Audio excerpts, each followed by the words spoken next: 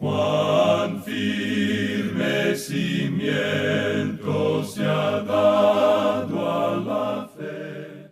A través de la Biblia, un análisis de la Biblia libro por libro que le ayudará a crecer espiritualmente. Estos estudios fueron diseñados por el Dr. J. Vernon McGee. Acompáñenos en este fascinante recorrido a través de la Biblia. La palabra de Dios.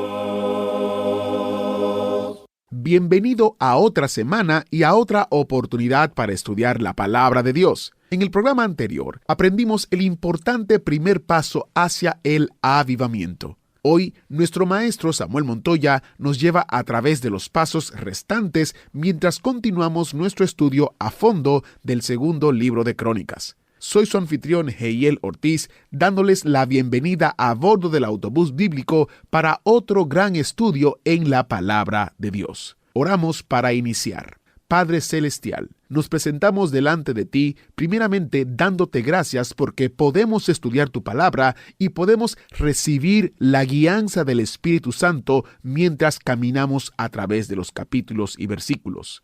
Usa al Maestro. Te lo pedimos en el nombre de Jesús. Amén. Continuamos nuestro recorrido por el capítulo 16 del segundo libro de Crónicas. Y estábamos hablando, recuerda usted, de los puentes que tenemos que cruzar hacia un avivamiento en nuestros días. Y vimos cómo el rey Asa, temiendo la amenaza de Baasa, rey de Israel, decidió hacer alianza con Ben-Hadad, rey de Siria, quien estaba en Damasco. Esto no fue aceptable a los ojos del Señor, y entonces Dios envió al vidente Hanani a Asa para que le hablara y le reprendiera. Ahora, ¿por qué reprende Dios a Asa? Sencillamente, amigo oyente, por falta de fe. Y el tercer puente que creemos tenemos que cruzar hacia un avivamiento es la fe en Dios.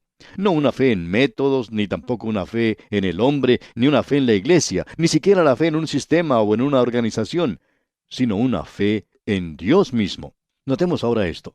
Había una guerra civil entre Baasa, el rey de Israel, y él se vino a luchar contra Asa. Ahora Asa requiere la ayuda de Ben-Hadad, de Siria, el antiguo enemigo. Este profeta Hanani le hace recordar diciéndole, tú tienes evidencia de Dios, que Él te puede librar. Y le recuerda los dos ejemplos en el pasado, cuando los de Etiopía y los de Libia habían venido a luchar contra él, pero que Dios lo había librado de sus manos. Ahora este hombre, en este momento, tiene una falta de fe. Usted puede ver que no es solo un acto de fe el que salva.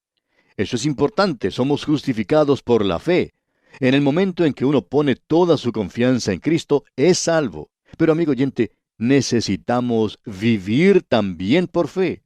El apóstol Pablo, recuerda, usted nos dice en su epístola a los Romanos capítulo 1 versículo 16, porque no me avergüenzo del Evangelio, porque es poder de Dios para salvación a todo aquel que cree, al judío primeramente y también al griego.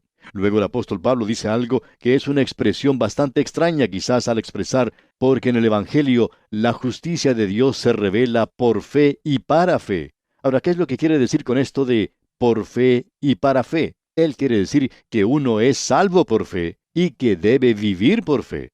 Bien, volviendo ahora al segundo libro de Crónicas, capítulo 16, vemos en el versículo 9 que dice, porque los ojos de Jehová contemplan toda la tierra.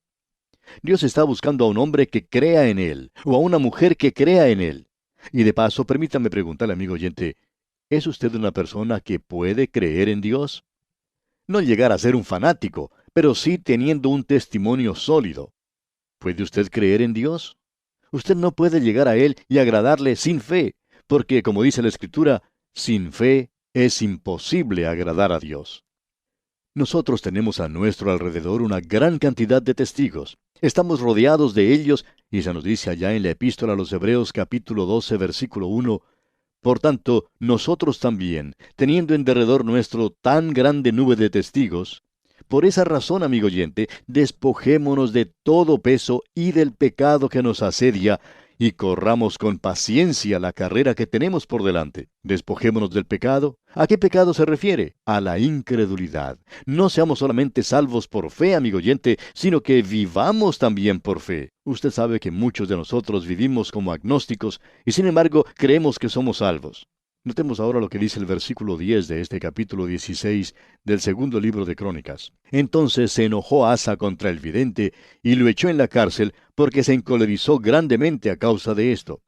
y oprimió a Asa en aquel tiempo a algunos del pueblo. Ahora esto es realmente sorprendente. Este hombre no acepta la reprensión de Dios. ¿Por qué? Porque no creyó en ella. Tampoco creyó en Dios. Él no tenía realmente una fe verdadera y una dependencia total de Dios. Y vivir sin Dios quiere decir en realidad que estamos muertos espiritualmente. No hay ninguna forma en la que Dios nos pueda usar aquí en este mundo. Podemos ver aquí que Dios castiga a Asa con una enfermedad. Leamos el versículo 12 de este capítulo 16 del segundo libro de Crónicas. En el año 39 de su reinado, Asa enfermó gravemente de los pies, y en su enfermedad no buscó a Jehová, sino a los médicos. Ahora queremos que usted note eso. Su enfermedad fue bastante grave, su caso era crítico. No había nada de malo en ir al médico, pero eso no es lo de importancia aquí. El escritor dice que él no buscó a Dios en todo esto. Y creemos que eso es tan importante para un creyente, el de ir a Dios cuando está enfermo, como el ir al médico. No solamente creemos en eso, sino que damos prueba de eso. Lo malo está en no ir a Dios. No quiere decir que estuvo mal que hubiera ido al médico, pero lo malo estaba en que no fue a Dios. Él no buscó a Dios en esa oportunidad. Cuando una persona descubre que tiene cáncer, por ejemplo, lo primero que hace es buscar a un especialista y por lo general busca a uno de los mejores médicos. Pero si esa persona es un creyente, entonces lo que tiene que hacer es no solo ir al especialista, sino ir a Dios también. Cuando uno tiene una enfermedad grave, entonces tiene que buscar al médico, pero también tiene que buscar a Dios. Tiene que ir a Él en oración. Él es el mejor médico de todos. No hay que ir a buscar a una de esas personas que dicen que lo sanan a usted por esto o por aquello, sino ir al médico e ir a Dios en oración. Hay un hombre en la Biblia que es probablemente el más práctico que tenemos en las Escrituras. ¿Y sabe lo que él dijo? ¿Está alguno enfermo entre vosotros? Llame a los ancianos de la iglesia y oren por él. Eso es una cosa, la oración. Y luego, ungiéndole con aceite en el nombre del Señor. Ahora, esta palabra ungir aquí no es algo que se refiere a una ceremonia. Esto no es un acto religioso, es algo medicinal, ungiéndole a él con aceite. En otras palabras, Santiago dice que cuando uno se enferma, que pida las oraciones de los demás y que llame al médico. Y no hay nada más práctico que eso, amigo oyente.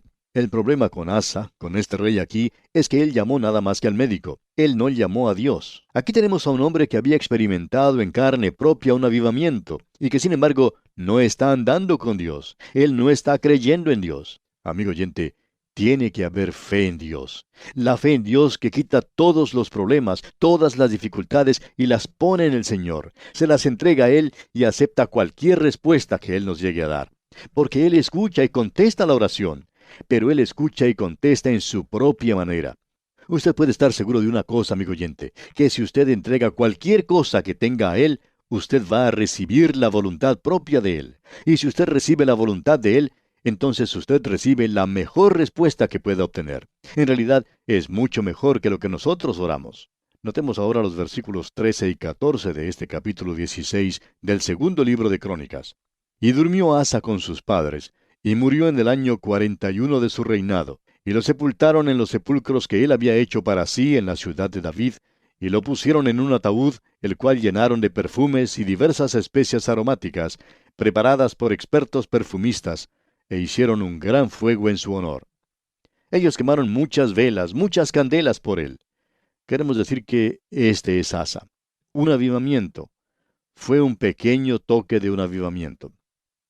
Y ahora llegamos al capítulo 17 de este segundo libro de Crónicas, y al segundo gran período de avivamiento. Este avivamiento fue mucho más grande que el avivamiento que tuvo lugar durante el reinado de Asa. Se trata del hijo de Asa, quien llega al trono, Josafat. Este hombre fue usado de una manera maravillosa por Dios, y él trajo un gran avivamiento. Y deseamos que usted note esto porque creemos que es algo de suma importancia. Estos son grandes avivamientos y están aquí en el libro de Crónicas, y este libro es el que nos presenta, como ya lo hemos mencionado antes, el punto de vista de Dios. Esto es lo que Dios pensó que era importante durante el reinado de estos hombres. Ahora, todo este período está lleno de avivamientos. Leamos pues el primer versículo de este capítulo 17 del segundo libro de Crónicas. Reinó en su lugar Josafat su hijo, el cual se hizo fuerte contra Israel. Es decir, se hizo fuerte contra el enemigo del norte. Ahora el versículo 2 dice, puso ejércitos en todas las ciudades fortificadas de Judá, y colocó gente de guarnición en tierra de Judá, y asimismo en las ciudades de Efraín que su padre Asa había tomado. Él tomó precauciones para protegerse de cualquier ataque contra su reino. Pero escuche usted lo que dice el versículo 3. Y Jehová estuvo con Josafat, porque anduvo en los primeros caminos de David su padre, y no buscó a los Baales. Puede notar usted que dice que él anduvo en los primeros caminos de su padre.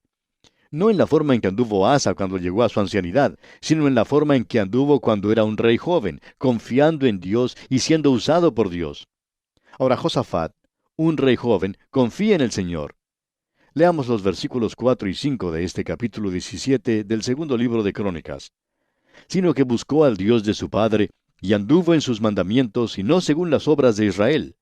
Jehová, por tanto, confirmó el reino en su mano, y todo Judá dio a Josafat presentes, y tuvo riquezas y gloria en abundancia.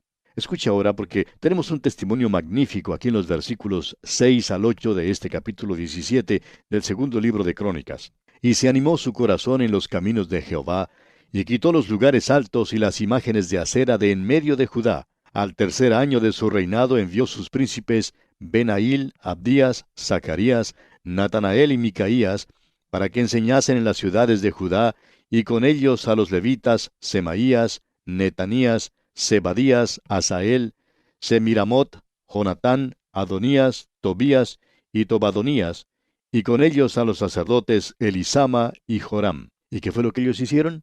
Lo tenemos aquí en el versículo 9. Escuche usted, leamos este versículo. Y enseñaron en Judá, teniendo consigo el libro de la ley de Jehová, y recorrieron todas las ciudades de Judá, enseñando al pueblo. ¿Sabe lo que él hizo? Él comenzó un programa a través de la Biblia. Eso fue lo que hizo Josafat. Usted sabe que el autor de estos estudios bíblicos, de estos programas a través de la Biblia, se llamaba J. Vernon McGee, como lo mencionamos al principio de cada programa.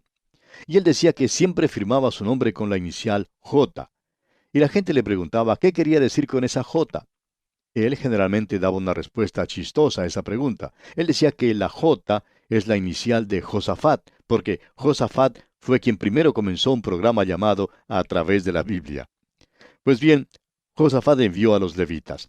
Él no tenía en ese entonces radioemisoras donde uno se podía sentar en un estudio ante un micrófono y hacer un programa que pudiera ser presentado en muchas estaciones de radio.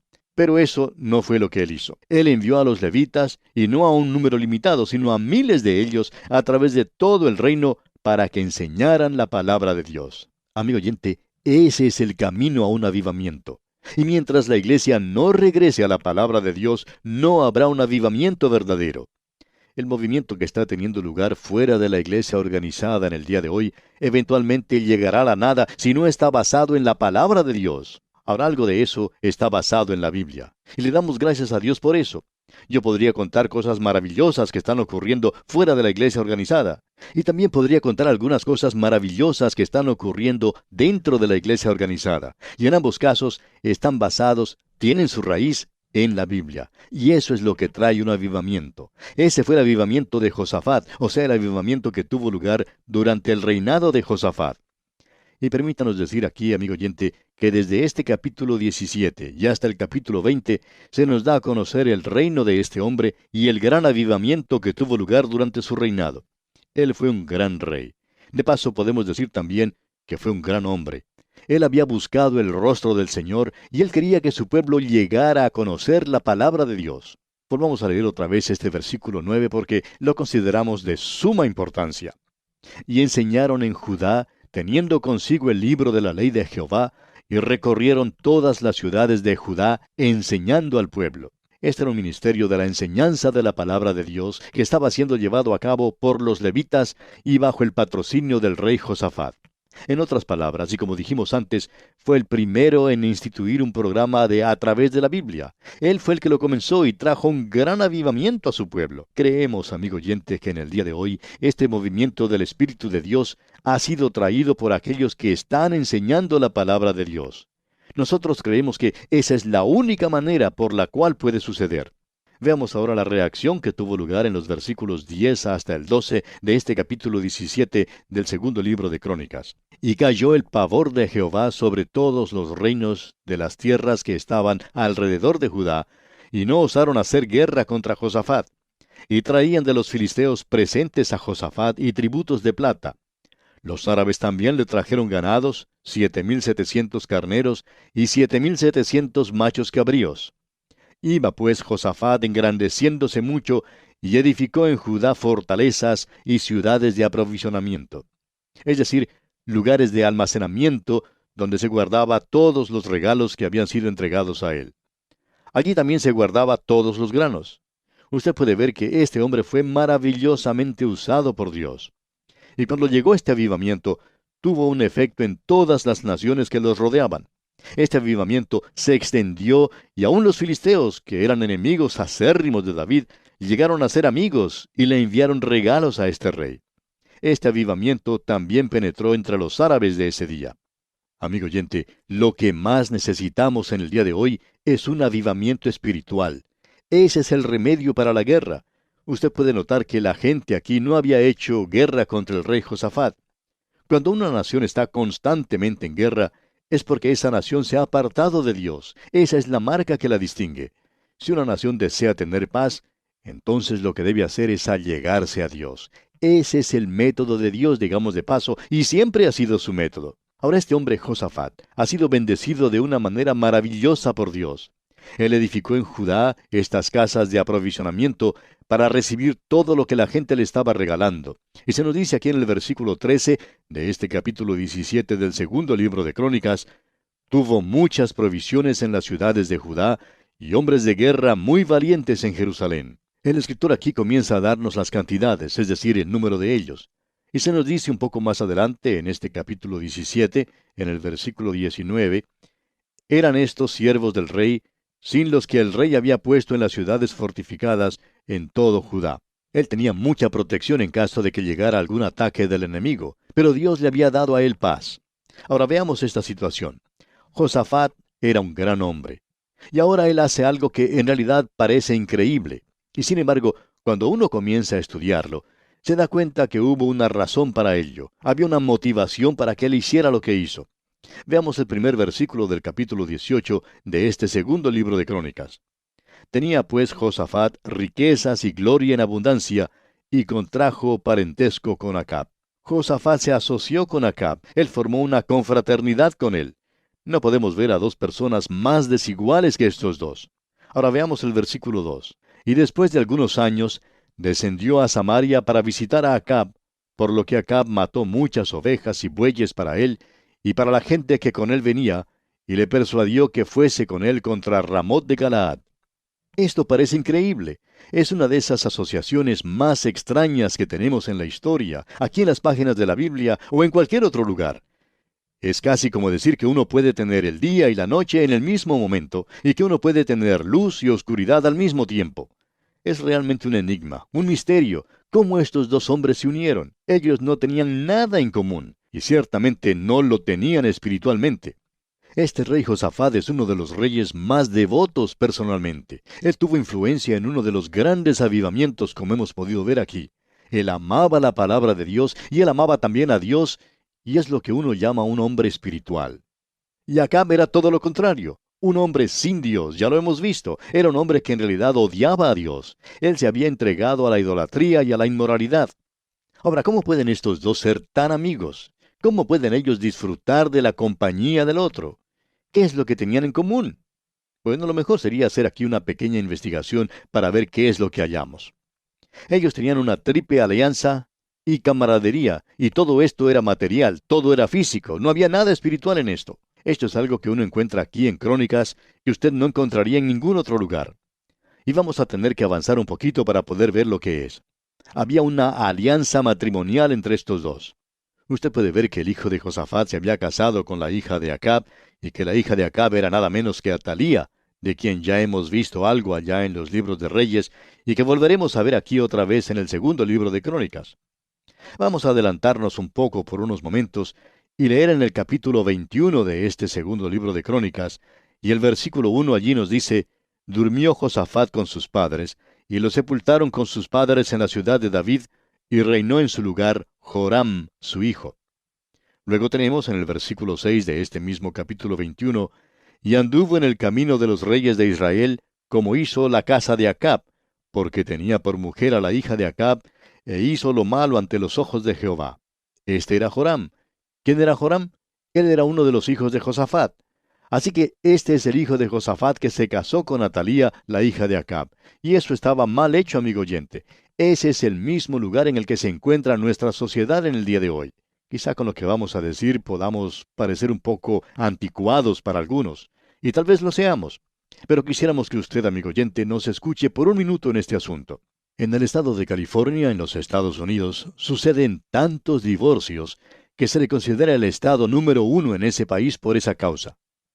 Hay algunos que dicen que el número de divorcios es igual al número de casamientos. Cuando lo sobrepase, no sabemos lo que va a ocurrir.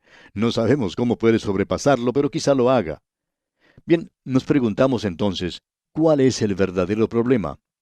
Ahora, yo no soy una autoridad en este campo, pero es un área en la que yo creo, amigo oyente, que necesitamos hablar bien claro. Y es que un creyente, un hijo de Dios y una persona que no es cristiana, no deben casarse bajo ninguna circunstancia. Ahora, el hijo de Josafat, recién salido de un avivamiento, va y se casa con una persona como la hija de Acab y Jezabel. Uno no podría encontrar a dos personas más desiguales que estos dos. Y eso provocó una tragedia, y casi provocó la exterminación del linaje de David.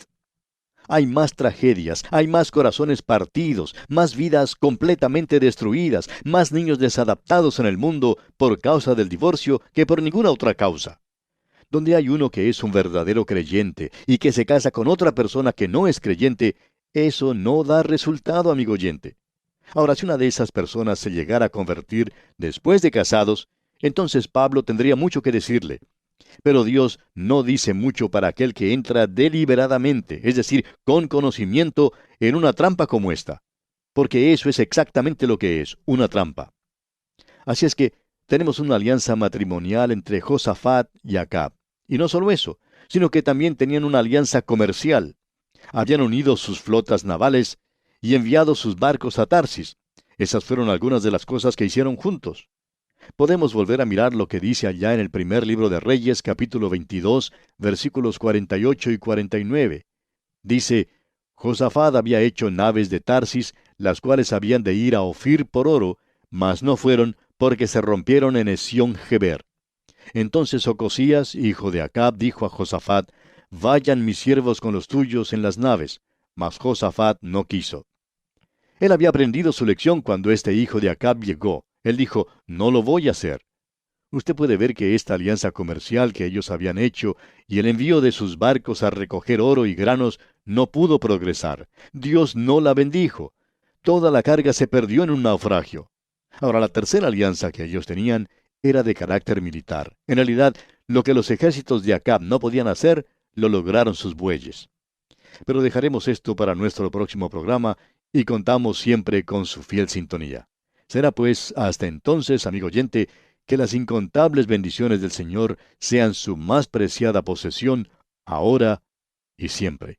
Agradecemos que nos acompañara en el estudio de hoy. Le invitamos a que visite nuestro sitio en internet a través de la Biblia.org. Ahí puede suscribirse para recibir las notas y bosquejos de lo que estamos estudiando y noticias del ministerio. También encontrará la variedad de libros y materiales gratuitos que tenemos para usted. El sitio es a través de la Biblia.org. Todo lo que hacemos es posible gracias al Señor y a personas como usted que se unen a nosotros en la obra de llevar la palabra entera al mundo entero. A través de la Biblia es una producción de Radio Transmundial.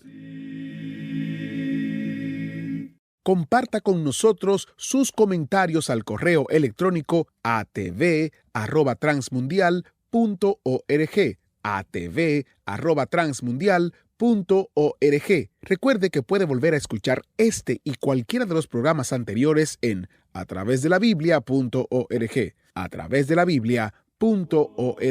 Allí también encontrará todas las opciones disponibles para escuchar el programa. A través de la Biblia llega a usted por cortesía de esta emisora. Su sangre carmesí